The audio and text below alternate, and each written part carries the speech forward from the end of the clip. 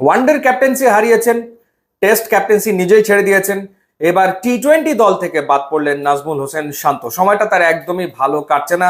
শ্রীলঙ্কা সফরে যাবার আগে আগে বিসিবি থেকে ঘোষণা আসে নয়া ওয়ানডে কাপ্তান মেহেদী হাসান মিরাজ, এবং এই সিদ্ধান্ত বিসিবি নেয় শান্তকে না জানিয়ে, যার প্রেক্ষিতে টেস্ট অধিনায়কত্ব ছাড়ার সিদ্ধান্ত তিনি নিয়েছিলেন। এবার বিসিবির আর এক সিদ্ধান্ত, টি-20 স্কোয়াডে নাজমুল হোসেন শান্তর নাম নেই। সবশেষ 19টা ম্যাচে 50 দেখা পাননি, সেই কারণে তিনি বাদ পড়েছেন। এছাড়া টি-20 দল থেকে বাদ পড়েছেন সৌম্য সরকার, বাদ পড়েছেন হাসান মাহমুদ এবং তানভীর। সৌম্য ঠিক কি কারণে বাদ সেটা আসলে বোধগম্য হচ্ছে না। সৌম্যর কি ইনজুরির কোনো সমস্যা আছে? যদি থেকে থাকে তাহলে তিনি কেমন করে রংপুর রাইডার্সের হয়ে গ্লোবাল সুপার লিগে খেলতে চলে গেলেন? তো সেই ব্যাখ্যাটা আমরা আসলে বিসিবির কাছ থেকে পাইনি। হাসান মাহমুদ তানভীরকে বাদ দেওয়া হয়েছে এবং 13 মাস পর দলে জায়গা ফিরে পেয়েছেন বা ফিরে এসছেন Mohammad Saifuddin. Pace bowling allrounder Mohammad Saifuddin 13 মাস পর আবারও দলে ফিরেছেন। এছাড়া ওয়ানডে দলে ডাক পাওয়ার পর টি-20 দলেও ডাক পেয়েছেন নাইম শেখ। যেভাবে তিনি পারফর্ম করছিলেন ঘরোয়া আসরগুলোতে, ঢাকা প্রিমিয়ার লিগ হোক বা Bangladesh premier league cricket BPL হোক, সুতরাং নাইম শেখের আসলে ডাক পাওয়াটা মনে হচ্ছিল যেটা সময়ের ব্যাপার মাত্র, তিনি আসলে ডাক পেয়েছেন। বাট নুরুল হাসান সোহান টি-20 স্কোয়াডের বিবেচনায় নেই, এবং তিনি না থাকার কারণও গ্লোবাল সুপার লিগের রংপুর রাইডার্সের পার্টিসিপেশন কিনা সেটা আমাদের বোধগম্যতা আসলে নয়।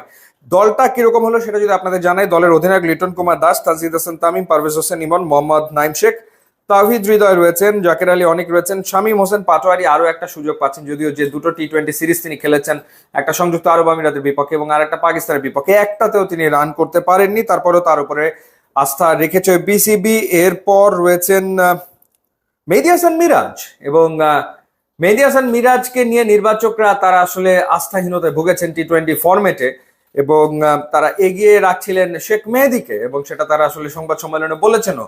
অল অফ এ সাডেন আসলে মনে হয়েছে তাদের যে না, মেহেদী হাসান মিরাজ আসলে টি-20তেও পারফর্ম করতে পারেন হয়তো, বা তাকে টি-20 দলে রাখা উচিত। কেন, কি কারণে অল অফ এ সাডেন মেহেদী হাসান মিরাজকেও তারা বিবেচনা করলেন যখন দলে শেখ মাহাদি রয়েছেন, সেটাও একটা ইন্টারেস্টিং ফ্যাক্ট। এরপর নাসুম আহমেদ রয়েছেন, তাসকিন আহমেদ এবং মুস্তাফিজুর রহমান, তারা দুজনেই আসলে টি-20 স্কোয়াডে ফিরেছেন আছেন।